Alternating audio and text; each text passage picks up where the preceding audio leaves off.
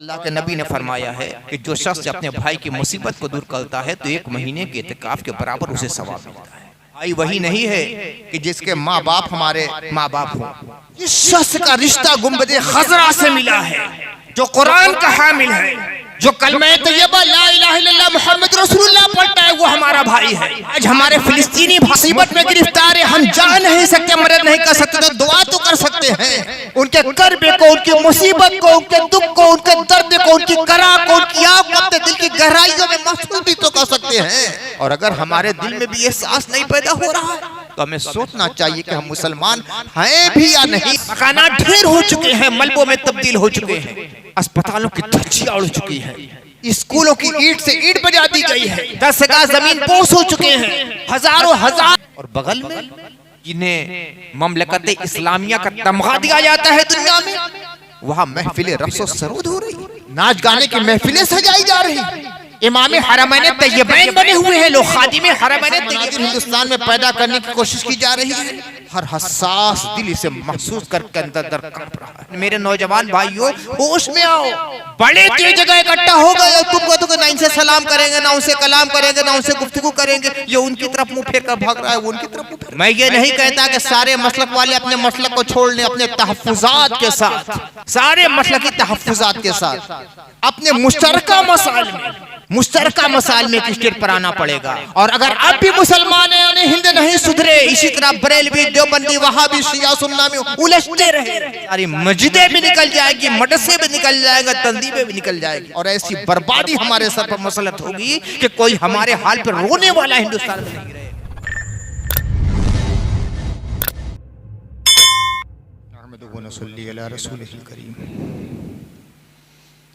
अम्मा बाद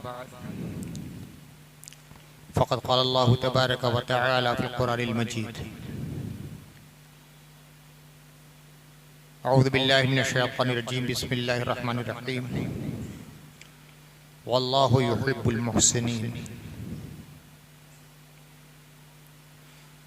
अन अब्दुल्लाह इब्न उमर रज़ियल्लाहु तआला अन्हु अन्ना रजुलन सअला रसूलल्लाह सल्लल्लाहु अलैहि व आलिहि वसल्लम या रसूलल्लाह अय्युन नास अहब्बु लिल्लाह। क़ाल रसूलुल्लाह सल्लल्लाहु अलैहि वसल्लम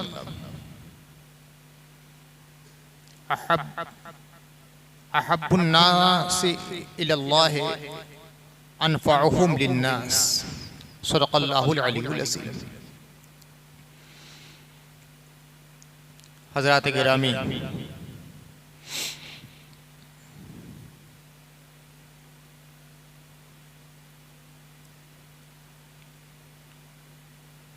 इस्लाम जहाँ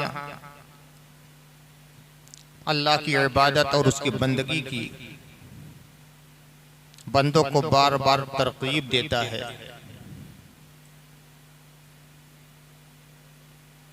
उसी तरह खिदमत खल्क,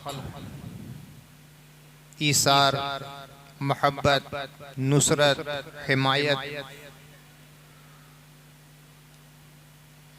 मखलूक़ात खुदा की मुश्किल कुशाई, मदद और दस्तगीरी की भी तालीम देता है। हज़रत सैयदना अब्दुल्लाह इब्न उमर रज़ियल्लाहु तआला अन्हु, जो बड़े मुक़द्दस सहाबी रसूल हैं, कसीरो रिवाया सहाबी हैं, बड़े आबिद और जाहिद और फ़क़ीह और मुफस्सिर और बहुत अजीब मुहद्दिस और रावी हदीस। वो फरमाते हैं कि मैं अल्लाह के नबी सल्लल्लाहु अलैहि वसल्लम की बारगाह में हाजिर था। एक सहाबी आए और बड़ा अजीब सवाल किया, या रसूल अल्लाह की बारगाह में सबसे पसंदीदा और महबूब कौन है? देखिए, बात अफजलियत की नहीं हो रही है, महबूबियत की हो रही है। कौन लोग अल्लाह की बारगाह में सबसे ज्यादा महबूब और पसंदीदा है? आका करीम सल्लल्लाहु अलैहि वसल्लम इरशाद फरमाते हैं, अहब्बुन नास इलल्लाहि अनफ़अहुम लिन्नास। खुदा की बारगाह में सबसे पसंदीदा वो लोग हैं जो लोगों के लिए ज्यादा नफा बख्श हैं, जिनकी जात से लोगों को ज्यादा फायदा पहुंचता है,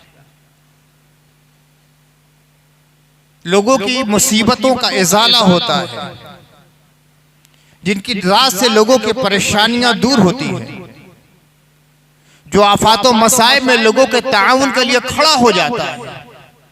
आका करीम सल्लल्लाहु अलैहि वसल्लम फरमाते हैं तमाम लोगों में अल्लाह की बारगाह में सबसे ज्यादा महबूब और पसंदीदा ऐसे ही लोग हुआ करते हैं। आप लोगों के सामने ये सवाल दोहरा दूं कि सबसे ज्यादा अल्लाह का पसंदीदा कौन है, तो आप यही कहेंगे जो सबसे ज्यादा नमाज पढ़े, सबसे ज्यादा तिलावत करे, सबसे ज्यादा जिक्र करे, सबसे ज्यादा तस्बीह पढ़े। लेकिन आका करीम सल्लल्लाहु अलैहि वसल्लम फरमाते हैं सबसे ज्यादा अल्लाह की बारगाह में पसंदीदा वो है जो लोगों के लिए ज्यादा फायदामंद हो रहा है। वो आलिम हो, वो कौम का मुस्लिह हो, एक सरमायादार हो, चौधरी हो, सरदार हो, कौम का रहनुमा हो, अगर उसकी जात से अवाम का ज्यादा फायदा पहुंच रहा है तो अल्लाह की बारगाह में ज्यादा पसंदीदा बनता है वो। और उसकी तशरीह आगे अल्लाह के नबी सल्लल्लाहु अलैहि वसल्लम फरमाते हैं वहब्बुल अमाल इलल्लाहि अज़्ज़ा वजल्ल सुरूरुन तुदखिलहु अला मुस्लिम। तमाम आमाल में सबसे ज्यादा पसंदीदा अमल यह है कि तुम किसी मुसलमान के दिल में खुशी डाल दो, किसी मुसलमान के दिल में खुशी डाल दो। परेशान हाल है, आफतज़दा है, गमगीन है, रंजीदा है, मसाइब में गिरफ्तार है, उसकी मुसीबतों का इजाला करके उसके दिल को खुश कर देना, यह अल्लाह की बारगाह में सबसे ज्यादा पसंदीदा अमल है। सजदों की अजमत अपनी जगह, नमाज की फजीलत अपनी जगह, तिलावत की अहमियत अपनी जगह, वजीफे की इफादियत अपनी जगह, लेकिन हुजूर फरमाते हैं अल्लाह की बारगाह में सबसे पसंदीदा अमल यह है कि किसी मुसलमान के दिल में खुशी डाल दिया जाए। और उसकी तफसीर बयान फरमाते हैं तक्शफ़ु अन्हु कुर्बा, किसी की मुसीबत दूर कर दी जाए। कोई मुसीबत में गिरफ्तार है, उसकी मुसीबत दूर कर दी जाए। और तक़ज़ी अन्हु दैन, कोई कर्ज में डूबा हुआ है, अल्लाह ने आपको तौफीक दी, उसका कर्ज अदा कर दीजिए। अल्लाह की बारगाह में सबसे ज्यादा पसंद यही अमल है। और ततरुद अन्हु जुआ, कोई आदमी भूखा है, आपने उसे खाना खिलाकर उसका पेट भर दिया है, उसकी अहलो अयाल की आफाका हो रहा है, आपने उसके घर गल्ला पहुंचा दिया है। अल्लाह की बारगाह में सबसे ज्यादा पसंदीदा अमल यही है। वअन अमशिया अला मआखिन फी हाजतिन अहब्बु इलैया मिन अन अतकिफ़ फी हाज़ल मस्जिद, यानी मस्जिदुल मदीनति शहर। रसूलुल्लाह सल्लल्लाहु अलैहि वसल्लम फरमाते हैं अगर अपने किसी मुसलमान भाई की मुसीबत को दूर करने के लिए उसके साथ चलूं तो मुझे इस बात से ज्यादा पसंद है कि मैं अपनी इस मस्जिद में यानी मस्जिद नबी में 1 महीने तक एतिकाफ करूं। रसूल फरमाते हैं कि 1 महीने तक मैं मस्जिद नबी में एतिकाफ करूं तो इससे ज्यादा पसंदीदा अमल यह है कि अपने किसी भाई की मुसीबत दूर करने के लिए उसके साथ चंद कदम चल जाऊं। वो मस्जिद नबी जहां नेकी करने का सवाब 50,000 गुना ज्यादा है। हम यहां एतिकाफ करें या जामा मस्जिद दिल्ली में एतिकाफ करें, जामा मस्जिद बगदाद में एतिकाफ करें, कहीं भी एतिकाफ करें, सबका सवाब बराबर। लेकिन मस्जिद नबी में एतिकाफ करें तो 50,000 एतिकाफ का सवाब मिलता है।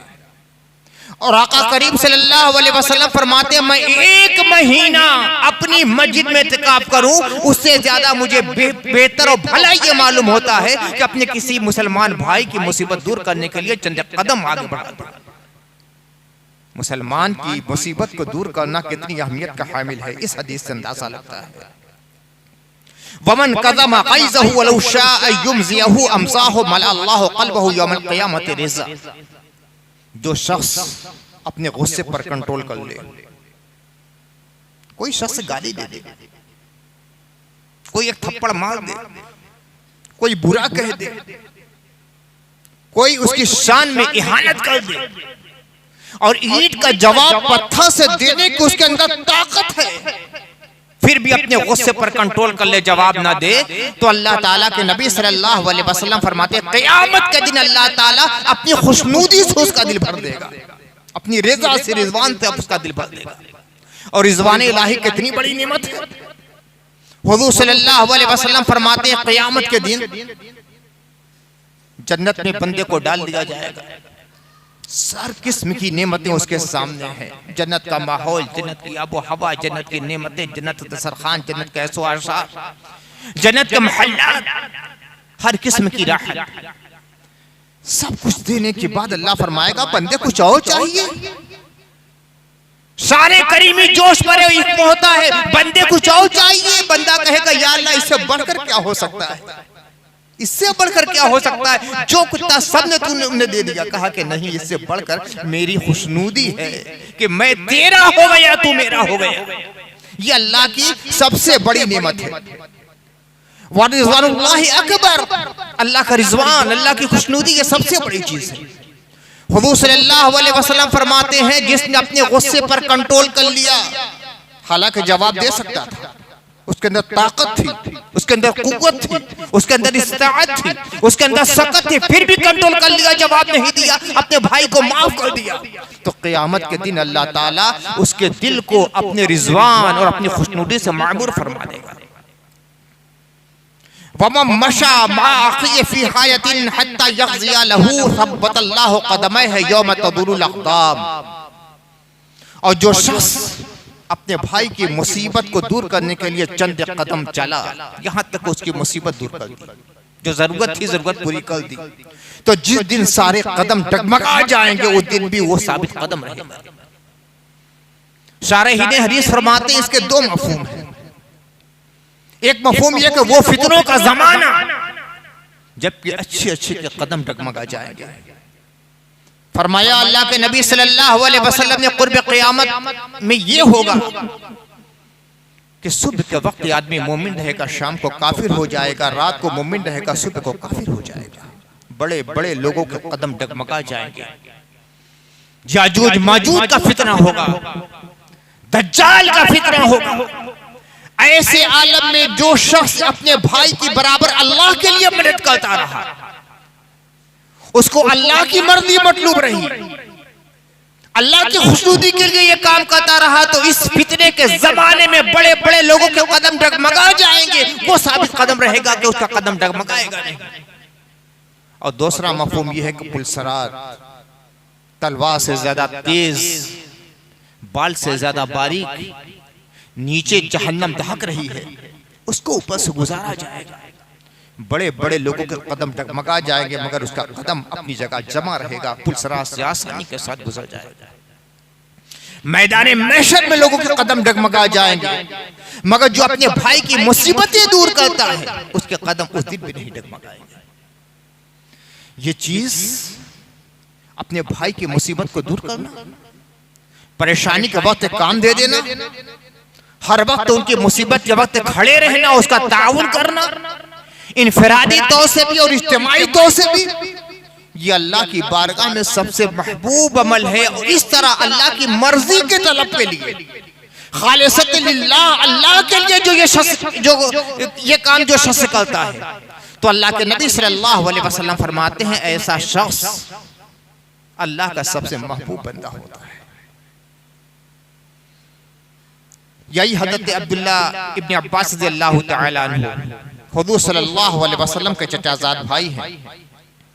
इनको हिब्रुल उम्मा कहा जाता है। हिब्रुल उम्मा और हिब्रुल उम्मा, उम्मत के बहुत बड़े आलिम, कुरान के मुफस्सिर अजीम, कि आका करीम सल्लल्लाहु अलैहि वसल्लम ने इनके लिए दुआ फरमाई है कि या अल्लाह इनको इल्म तफसीर अता फरमा दे।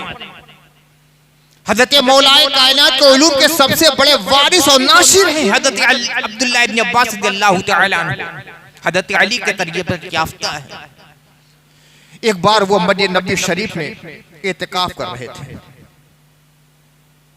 एक शख्स आया, सलाम किया, हज़रत के पास बैठ गया। हमारे अकाबिर कैसे थे, यही नहीं कि सवाल जवाब शुरू हो जाता है, डांट डपट शुरू हो जाती है, मसाइल बतलाना शुरू कर देते हैं। वो हालात का जायजा लेते थे कि मेरे पास आने वाला किस पोजीशन में है, उसकी हयात कज़ाई को देखते थे, चेहरे को देखते थे, परेशान हाल तो नहीं, मुसीबत ज़दा तो नहीं, गमगीन तो नहीं। हजरत अब्दुल्लाह इब्न अब्बास ये नहीं कि पूछते हैं कि क्यों आए हो, पहले चेहरा देखते हैं, रंग उड़ा हुआ है, कहते हैं तुम बड़े गमगीन नजर आ रहे हो, कई बम महज़ून, लगता है कोई परेशानी है, क्या परेशानी है? कहा कि हाँ हजरत, मैं गमगीन हूँ, गमज़दा हूँ, परेशानी मुब्तला हूँ। कहा क्या मामला है? कहा कि मुझसे एक शख्स का दोस्ताना था, नाचाकी पैदा हो गई, शकरंजी पैदा हो गई, दूरी पैदा हो गई। फिर एक जुमला कहते हैं, वहुर्मत साहिब हाज़ल क़ब्र, रसूलुल्लाह सल्लल्लाहु अलैहि वसल्लम के मज़ार मुक़द्दस की तरफ इशारा करके कहते हैं, इस कब्र में आराम फरमाने वाली शख्सियत की हुर्मत और अज़मत की कसम, मुस्तफ़ा के तक़द्दुस की कसम, मुस्तफ़ा के हुर्मत की कसम, उनकी अज़मत की कसम, मैं चाहता हूं कि ताल्लुक उसवार हो जाए। वो मेरा दोस्त है, मेरा दोस्त है, मगर मैं कहूंगा मेरी बात मानेगा नहीं, मुझसे नाराज हो गया है। हज़रत अब्दुल्लाह इब्न अब्बास रज़ियल्लाहु ताला अन्हु कहते हैं, क्या तुझे ये पसंद है कि मैं उससे बात करूं तेरे बारे में? कहता है हजरत जैसा आप चाहें, आपकी मर्जी। इत्तिकाफ के आलम में थे हज़रत अब्दुल्लाह इब्न अब्बास, मस्जिद नबी शरीफ में इत्तिकाफ कर रहे थे। जब ये सुना तो खड़े हो गए, जूता पहनने लगे, मस्जिद से बाहर निकलने का इरादा है। उस शख्स ने कहा कि हजरत आप हालत इत्तिकाफ में हैं, आप मस्जिद से बाहर कैसे जा सकते हैं? उन्होंने रसूलुल्लाह सल्लल्लाहु अलैहि वसल्लम के मज़ार अक़दस की तरफ देखा। अभी विसाल रसूल को चंद दिन गुजरे थे, चंद महीने गुजरे थे। देखते ही आंखों में आंसू आ गए, रुदे हुए गले के साथ कहा कि इस कब्र में तशरीफ फरमा मोहम्मद रसूलुल्लाह सल्लल्लाहु अलैहि वसल्लम ने फरमाया था, और मेरे कानों ने ये बात सुनी है कि अल्लाह के नबी सल्लल्लाहु अलैहि वसल्लम ने फरमाया था कि जो अपने भाई की मुसीबत के इज़ाले के लिए घर से निकले और उसकी मुसीबत को दूर कर दे, उसकी जरूरत को पूरी कर दे, तो 10 महीने के इत्तिकाफ से बेहतर है। 10 महीने के इत्तिकाफ से बेहतर है अपने भाई की मुसीबत दूर कर देना, 10 महीने के इत्तिकाफ से बेहतर। अब एक इत्तिकाफ की अहमियत क्या है? उसी हदीस में अल्लाह के नबी सल्लल्लाहु अलैहि वसल्लम का ये कौल हज़रत अब्दुल्लाह इब्न अब्बास इरशाद फरमाते हैं, कहते हैं कि अल्लाह के नबी सल्लल्लाहु अलैहि वसल्लम ने ये भी फरमाया है कि कोई शख्स एक दिन इत्तिकाफ करे तो अल्लाह ताला उसके और जहन्नम के दरमियान 3 खंदकी और खाइयां बना देगा, और एक खाई का फासला इतना रहेगा जितना कि जमीन और आसमान के दरमियान है या मशरिक से मगरिब के दरमियान है। एक खाई का फासला, एक खंदक का फासला, मशरिक से मगरिब के दरमियान जितना एक खंदक का फासला, और ऐसे अल्लाह ताला 3 खंदके बना देगा उस शख्स के दरमियान और जहन्नम के दरमियान जिसने एक दिन के लिए इत्तिकाफ रखा है। एक दिन के लिए इत्तिकाफ करें तो जहन्नम से इतना दूर हो जाता है। और अल्लाह के नबी सल्लल्लाहु अलैहि वसल्लम ने फरमाया कि जो अपने भाई की मुसीबत को दूर करने के लिए घर से निकलता है और उसकी मुसीबत को दूर कर देता है, उसके लिए मशक्कतें करता है, तो अल्लाह ताला ऐसी ऐसी 3 खंदकें बना देता है। अब 1 महीने तक इत्तिकाफ का क्या सवाब होगा? 1 दिन के इत्तिकाफ का यह सवाब, तो 1 महीने के इत्तिकाफ का सवाब क्या होगा? और अल्लाह के नबी ने फरमाया है कि जो शख्स अपने भाई की मुसीबत को दूर करता है तो 1 महीने के इत्तिकाफ के बराबर उसे सवाब मिलता है। ये मामूली चीज नहीं। मैं ताज्जुब करता हूं कि ये कैसा मुस्लिम मुआशरा आज हमारे अंदर पैदा हो गया है कि एक भाई करोड़पति है और दूसरा भाई भूखा रह जाता है। इस्लाम ने तो ऐसे इस्लाम पेश नहीं किया था, ऐसे मुस्लिम मुआशरा पैदा नहीं किया था। एक रिश्तेदार बहुत अमीर है, दूसरा रिश्तेदार बहुत गरीब है, ये कैसे हो रहा है? हमारे आका ने तो फरमाया था, ला युमिनु अहदुकुम हत्ता युहिब्बा लिअखीहि मा युहिब्बु लिनफ्सिहि। उस वक्त तक कोई आदमी मोमिन हो ही नहीं सकता जब तक कि अपने लिए जो पसंद करता है अपने भाई के लिए पसंद ना करे। हम चाहते हैं हमारा मकान अच्छा हो, हमारा कारोबार अच्छा हो, हमारा लिबास अच्छा हो, हमारे औलाद अच्छी तरह रहे, तो अपने भाई के लिए हम क्यों पसंद नहीं करते? भाई वही नहीं है कि जिसके माँ बाप हमारे माँ बाप हो। जिस शख्स का रिश्ता गुंबदे खजरा से मिला है, जो कुरान का हामिल है, जो कलमा तैयबा ला इलाहा इल्लल्लाह मुहम्मद रसूलुल्लाह पढ़ता है, वो हमारा भाई है। चाहे वो मस्जिद में रहता है या मगरिब में रहता हो, शुमाल में रहता हो या जुनूब में रहता हो, वो अमरीका में हो या अफ्रीका में हो या यूरोप में हो या अरब में हो या अजम में हो, कलमा तैयबा ला इलाहा इल्लल्लाह पढ़ने वाला है तो हमारा भाई है। अगर उसको परेशानी में देखते हैं तो हमारा फर्ज मनसबी हो जाता है कि उसकी परेशानी को दूर करे। अगर अपने अमल के जरिया दूर कर सकते हैं तो अमल के जरिया दूर करेंगे। अब बहुत दूर है, हम कुछ नहीं कर सकते तो कम से कम दुआएं तो कर सकते हैं। आज हमारे फिलिस्तीनी मुसीबत में गिरफ्तार है, हम जा नहीं सकते, मदद नहीं कर सकते तो दुआ तो कर सकते हैं। उनके कर्बे को, उनकी मुसीबत को, उनके दुख को, उनके दर्द को, उनकी करा को, उनकी आग को अपने दिल की गहराइयों में महसूस भी तो कर सकते हैं। और अगर हमारे दिल में भी एहसास नहीं पैदा हो रहा है तो हमें सोचना चाहिए कि हम मुसलमान हैं भी या नहीं हैं, कहीं मुनाफिक तो नहीं हो गए हैं। और वो अफराद जो हमारे गिर्द पेश में रहते हैं, हमारे भाई हैं, हमारे पड़ोसी हैं, हमारे रिश्तेदार हैं, हमारे अहबाब हैं, हमसे मिलने जुलने वाले हैं, उनके लिए तो ये रिश्ते मोहब्बत और ज्यादा होना चाहिए कि उनकी मुसीबतों को दूर किया जाए। ये कैसे हो रहा है कि हमारे घर में जाड़े के दिन में इतने गिलाफ पड़े हुए हैं, रजाइयां पड़ी हैं, कंबल पड़े हैं कि रखने की जगह नहीं, और हमारे बगल का एक आदमी है कि ठिठुरा का सोया है और जाड़े की वजह से उसे नींद नहीं आ रही, उसके पास कंबल नहीं। क्या हम मुसलमान हैं? इस्लाम ने जो माहौल पेश किया था, इस्लाम ने जो मुआशरा, उस मुआशरे में हम फिट नहीं हो रहे। हमारा मामला ये है कि हमने इस्लाम को पूरी तरह कबूल नहीं किया है, हमने शरीयत को कबूल नहीं किया है, हमने अपनी तबीयत को कबूल किया है। कुछ हमने इस्लाम से ले लिया,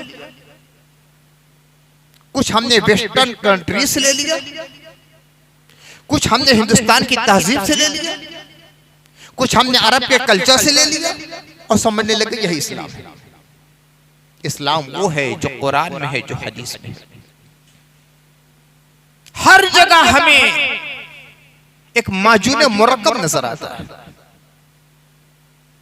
खालिस इस्लाम हमें कहीं नजर नहीं आ रहा है। वो इस्लाम जो सहाबा की जिंदगी में हमें नजर आता था, सहाबा की जिंदगी, वो इसार, वो इखलास, वो हमदर्दी, वो अखुवत, वो भाईचारा। जब मक्के से मुहाजिरीन मदीने में गए हैं तो क्या आलम हुआ था? बस बदन पे लिबास था, ना उनके पास पैसा है, ना उनके पास मकान है, ना कारोबार के लिए कोई आसाइश है, कोई ताल्लुक पहले से नहीं था। मक्के के मुहाजिरीन में, मदीने के अंसार में कोई ताल्लुक नहीं था, ना खानदानी, ना रिश्ते का ताल्लुक। लेकिन ऐसा ताल्लुक पैदा हो गया कि सगे भाई से ज्यादा ताल्लुक पैदा हो गया, इसलिए कि यह ताल्लुक ईमान का ताल्लुक था, ये रिश्ता ईमान का रिश्ता था, ये रब्त ईमान का रब्त था। आलम यह हो गया कि अंसार ने अपने, अगर 2 घर थे तो एक घर अपने मुहाजिर भाई को दे दिया, खेत में शरीक कर लिया, कारोबार में शरीक कर लिया, पैसा दिया, लिबास दिया, कारोबार का ढंग बदलाया। इस्लाम ने ऐसा मुआशरा पैदा किया था। गालिबन ग़ज़वा यरमुक का वाक़या है, जंग यरमुक, तारीख की ऐसी मिसाल हज़रत आदम अलैहिस्सलाम से लेकर आज तक आपको नहीं मिलेगी। सोचिए, सुनने में तो बड़ा प्यारा जुमला लगता है, बड़ा प्यारा वाक़या लगता है, बड़े जलसों में तो न जाने कितने नारे लग जाते हैं, लेकिन जब तन्हाई में गौर कीजिए और अपने बारे में सोचिए तो लगता है कि शायद शायद शायद अल्लाह ना करे, अल्लाह की लिस्ट में मुसलमानों में हमारा नाम है कि नहीं। जंग है, कुछ मुसलमान गाजी जख्मी होकर जमीन पर गिरे, बदन से काफी खून निकल गया है, आखिरी वक्त है, प्यास का कलवा है। कुछ मुजाहिदीन हैं, मुसलमान फौजी हैं, जो अपने कांधे से मशकीज़ा लटकाए हुए पानी भरी हुई मशकीज़ा लेकर दौड़ रहे हैं और गिरे हुए कैदियों को पानी पिला रहे हैं। एक तरफ से आवाज आती अल्लाह तश, प्यास लगी। दौड़े दौड़े वो फौजी गए, मशकीज़ा का मुंह लेकर उसके करीब करना चाहते थे कि पानी पिला दे। तब से उस गिरे हुए मुजाहिद के कान में एक आवाज आती है बगल से, अल्लाह तश, मुझे प्यास लगी है। अब वो मुजाहिद पानी नहीं पी रहा है, कहता है कि जाओ पहले मेरे भाई को पानी पिला दो। उसको लगता है मुझसे ज्यादा प्यास लगी। उसके पास गए, अभी पानी पिलाना चाहते थे, फिर तीसरी आवाज आती है अल्लाह तश, प्यास प्यास प्यास। उन्होंने भी इनकार कर दिया, जाओ पहले उसको पानी पिलाओ। जब वो पानी पिलाने वाले सक्का जाते हैं तीसरे के पास, तो वो शहीद हो चुके थे, रूह परवास कर चुके थे। वापस आए दूसरे के पास, तो वो भी शहीद हो चुके थे। पहले के पास आए, वो भी शहीद हो गए थे। ये जज्बा, ये हमियत, ये उखुवत, ये हमदर्दी, ये इसार, ये खुलूस, ये मोहब्बत क्या कायनात में कभी किसी ने देखी है? ये सब सदका था इस्लामी तालीमात का, मोहम्मद रसूलुल्लाह के फैजान था। आज वो मुआशरा कहां है? मकानात ढेर हो चुके हैं, मलबों में तब्दील हो चुके हैं, अस्पतालों की धज्जियां उड़ चुकी है, स्कूलों की ईंट से ईंट बजा दी गई है, 10 गज जमीन पोस हो चुके हैं, हजार। और बगल में जिन्हें ममलकत इस्लामिया का तमगा दिया जाता है दुनिया में, वहां महफिलें रक्स और सरूद हो रही, नाच गाने की महफिलें सजाई जा रही, इमाम हरमैन तैयबैन बने हुए हैं लोग, खादिम हरमैन तैयबैन। सिर्फ कुरान शरीफ तकसीम कर देने का नाम इस्लाम नहीं है। इस्लाम पूरे एक निजाम जिंदगी का नाम है। इस्लामी हुकूमत, इस्लामी क़ियादत, इस्लामी खिलाफत, इस्लामी शरीयत, ये मुसलमान का मकसूद हो, नज़्बुल ऐन होना चाहिए। बेगैरत हो चुके हैं ये मुसलमान, और ये बेगैरती की लहर पूरी दुनिया में छाई हुई। पूरा आलम इस्लाम सिर्फ ज़बानी जमा खर्ची में लगा हुआ है और मगरमच्छ के आंसू बहाए जा रहे हैं। वो हमदर्दी, वो जज्बे मोहब्बत, वो अखुवत, वो भाईचारा, वो इखलास, दूसरों के लिए अपनी जान कुर्बान कर देने का जज्बा आज मुसलमानों में मफकूद हो चुका है। कुरान ने मुसलमानों की सिफत बतलाई थी, वयुसिरूना अला अनफुसिहिम वलौ काना बिहिम खसासा। मुसलमानों की खुसूसियत ये है कि अपने ऊपर दूसरों को वो तरजीह देते हैं अगर जो उन्हें खुद बहुत जरूरत होती है। अपनी जरूरत को पसे पुष्ट डाल लेते हैं, पहले दूसरों की जरूरतें पूरी करते हैं। कहां वो बातें रह गई हैं? कहां वो बातें रह गई हैं? आज मुसलमानों के अंदर इस कदर खराबियां पैदा हो चुकी हैं कि अगर आज मुसलमान दुनिया में मौजूद है और इज्तिमाई तरीके से अगर अजाब नहीं आ रहा है, पूरे मुसलमानी कौम को बर्बाद नहीं किया गया है, तो उसकी वजह सिर्फ मोहम्मद रसूलुल्लाह की रहमत है।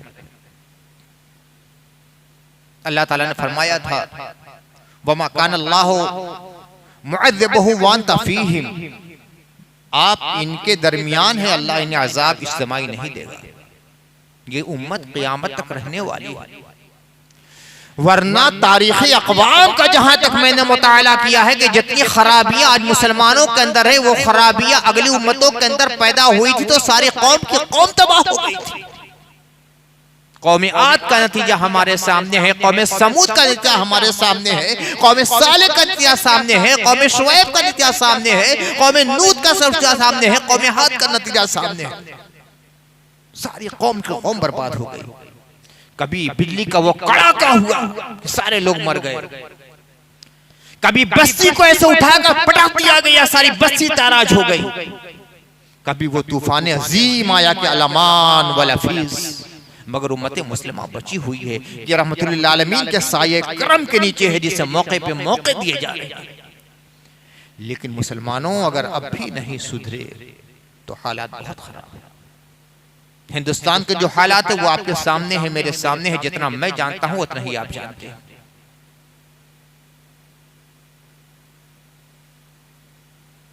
कैसे मनादिर हिंदुस्तान में पैदा करने की कोशिश की जा रही है।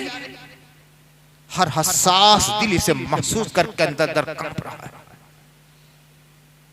बाबरी मस्जिद के साथ जो किया गया आपके सामने फैसला कर दिया गया कोर्ट से, किसी मंदिर को तोड़कर मस्जिद नहीं बनी, उसके अंदर मूर्ति रखी गई, गलत हुआ। मस्जिद तोड़ी गई, गलत हुआ। जमीन किसको दे दी गई? यह है कोर्ट का फैसला, सुप्रीम कोर्ट का फैसला, अदालत उज़्मा का फैसला है। ज्ञानवापी का मसला आपके सामने है, मथुरा की ईदगाह का मसला भी आपके सामने आ चुका है। कानून बन चुका था कि आजादी हिंद के वक्त जिस इबादत गाह की जो पोजीशन थी वो बरकरार रहेगी बाबरी मस्जिद के अलावा। सिर्फ एक मस्जिद को मुस्तस्ना किया गया था, इसलिए कि उसका मुकदमा पहले से चल रहा था। किसी मस्जिद, किसी गुरुद्वारे, किसी मंदिर के या किसी भी मजहबी इबादत गाह के बारे में कोई सुनवाई भी नहीं की जाएगी। कानून पास हो चुका, लेकिन हो क्या रहा है? ज्ञानवापी का मुकदमा भी समाप्त कर लिया गया, मथुरा की ईदगाह के बारे में भी समाज का फैसला कर दिया गया, सर्वे किया जाएगा। हो क्या रहा है? मदारिस का जो हाल है वो बहुत से लोग की निगाह के सामने है। हर वक्त तलवार लटकती रहती है, न जाने क्या हो जाएगा, कब सुधरोगे? न सब लोग तो मिट जाओगे हिंदी मुसलमानों, तुम्हारी दास्तां तक भी न होगी दास्तानों में। कभी मत सोचना कि हम 18 करोड़ 20 करोड़ है तो हमारा कोई क्या बिगाड़ लेगा। उनदुलस की तारीख तुम्हारे सामने। तुम तो यहां मजलूम हो, तुम तो यहां कमजोर हो, तुम तो यहां लाचार हो, तुम तो यहां बेसहारा हो। तुम्हारे पास किसी किस्म की ताकत नहीं है।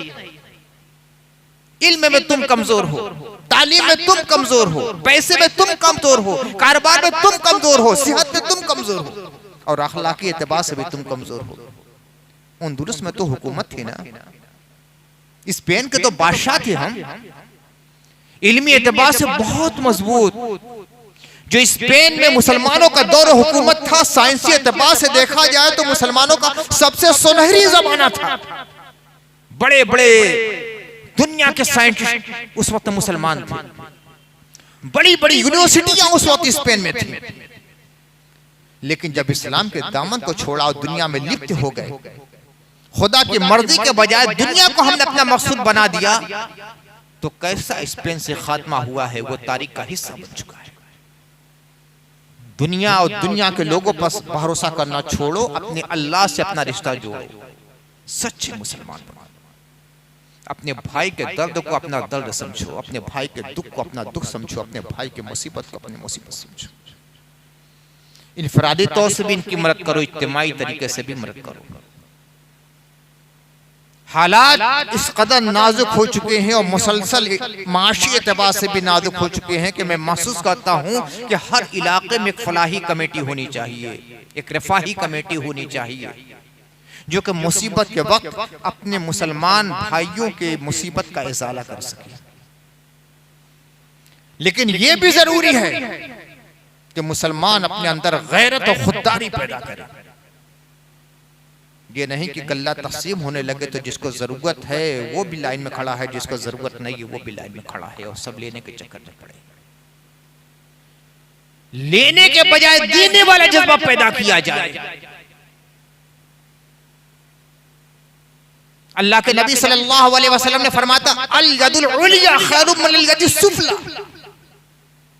इस तरह आपने दस्त मुबारक को रखा, एक हाथ नीचे है, एक हाथ ऊपर का। ऊपर वाला हाथ नीचे वाले हाथ से बेहतर है, यानी ये हाथ बेहतर है, ये हाथ बेहतर नहीं।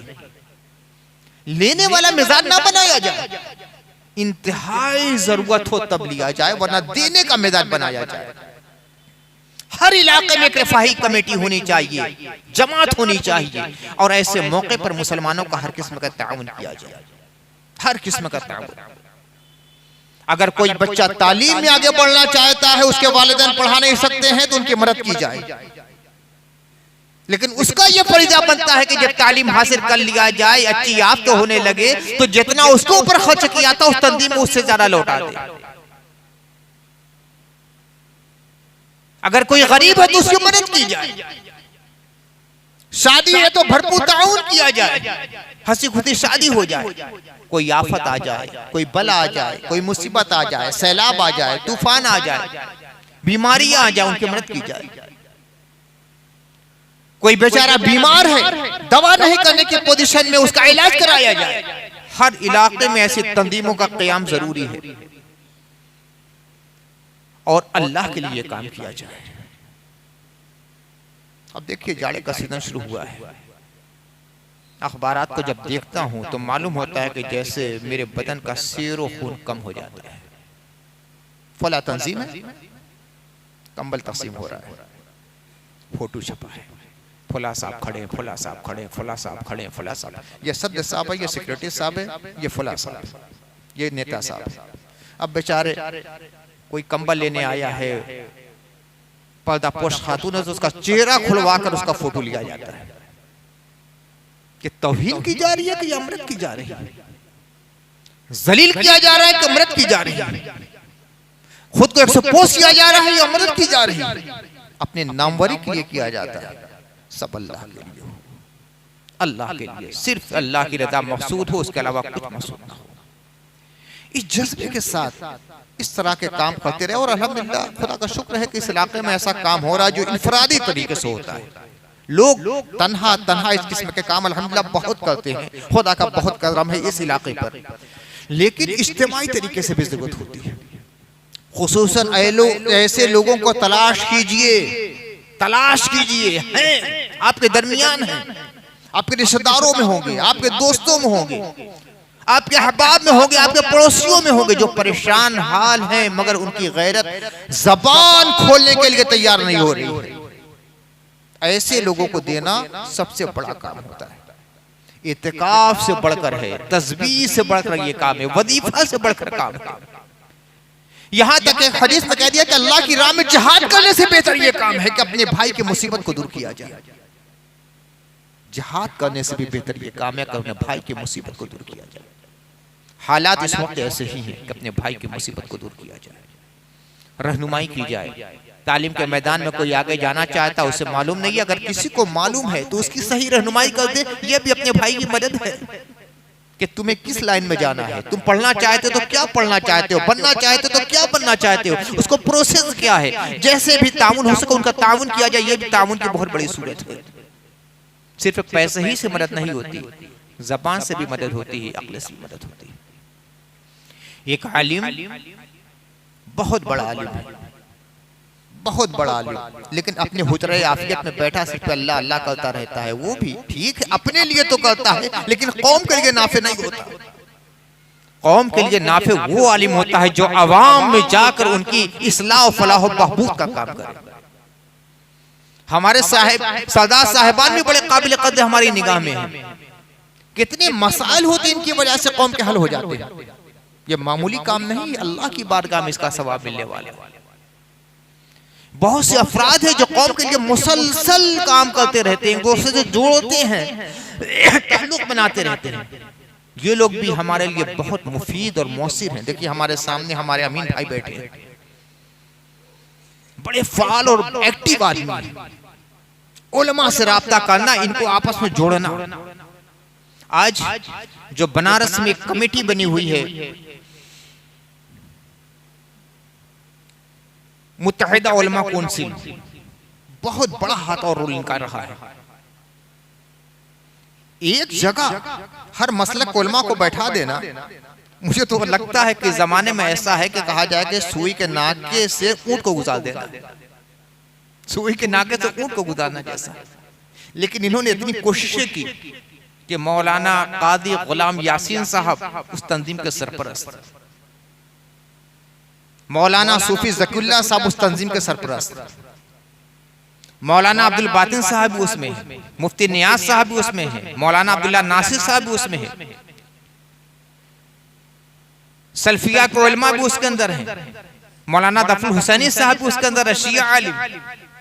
मौलाना ज़ियाउर रहमान साहब भी हैं, मैं भी हूं और दीगर उलमा भी हैं, मौलाना अब्दुल गफ्फार सल्फी साहब भी हैं। हर मसलक उलमा इकट्ठा हो गए, उसके लिए कोशिश करना होता है। कोई काम मुश्किल नहीं है, इम्पॉसिबल कुछ नहीं है, नामुमकिन नहीं। अल्लाह ने आपको कुदरत दी है, अक्ल सलीम, कोशिश करना पड़ता है।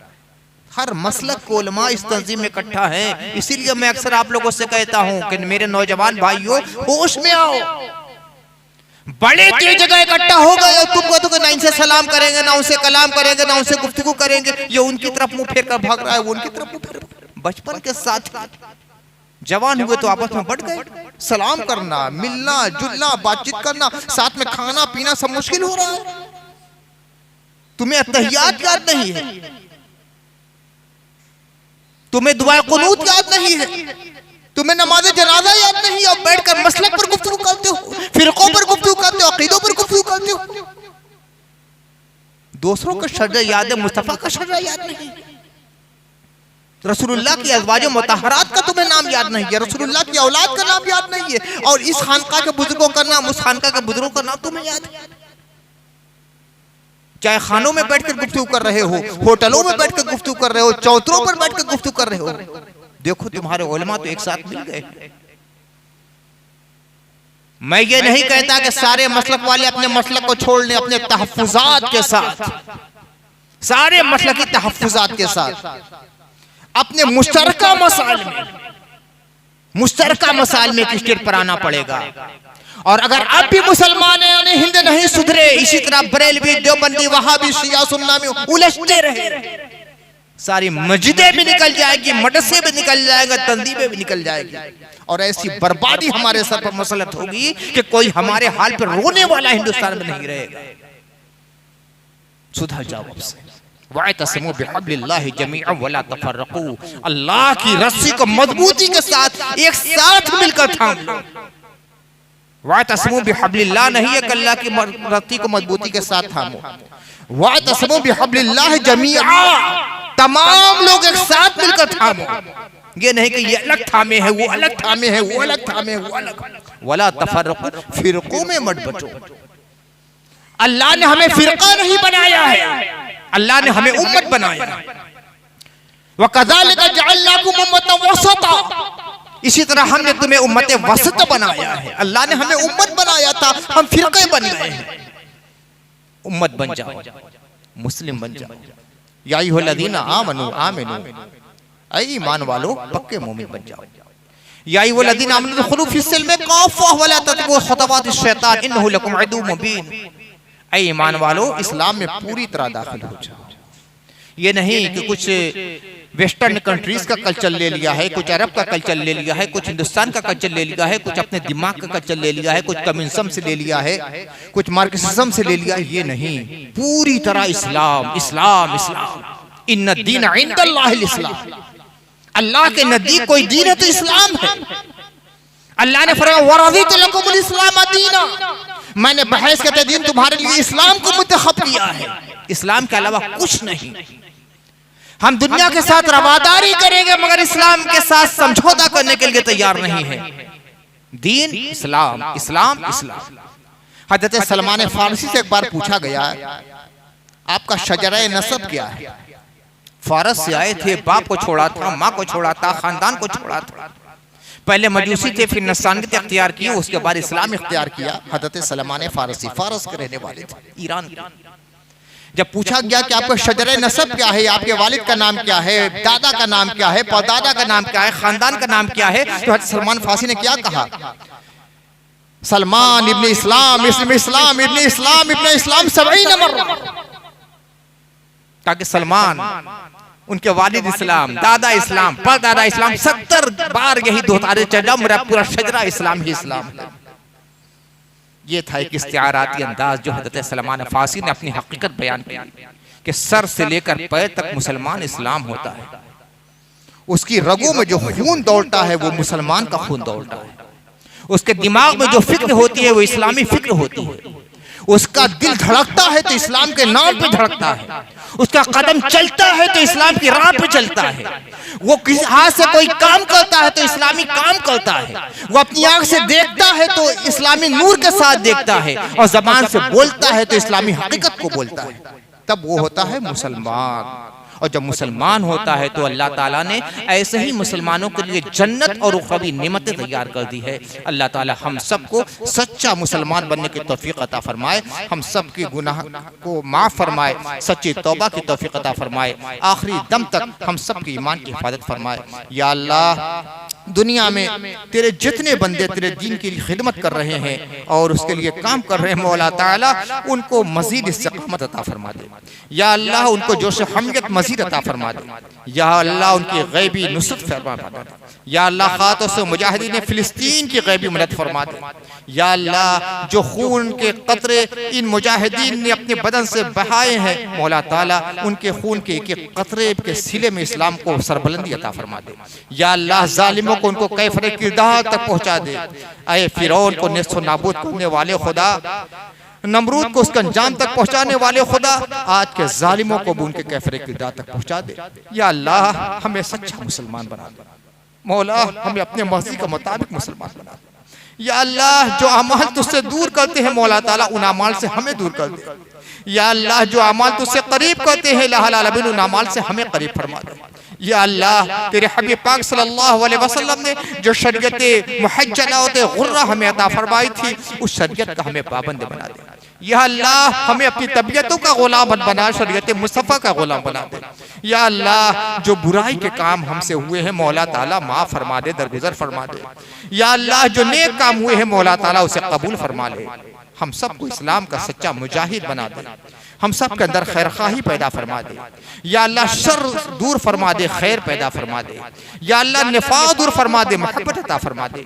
या अल्लाह, इंतशार और इख्तिलाफ दूर फरमा दे, इत्तिफाक पैदा फरमा दे।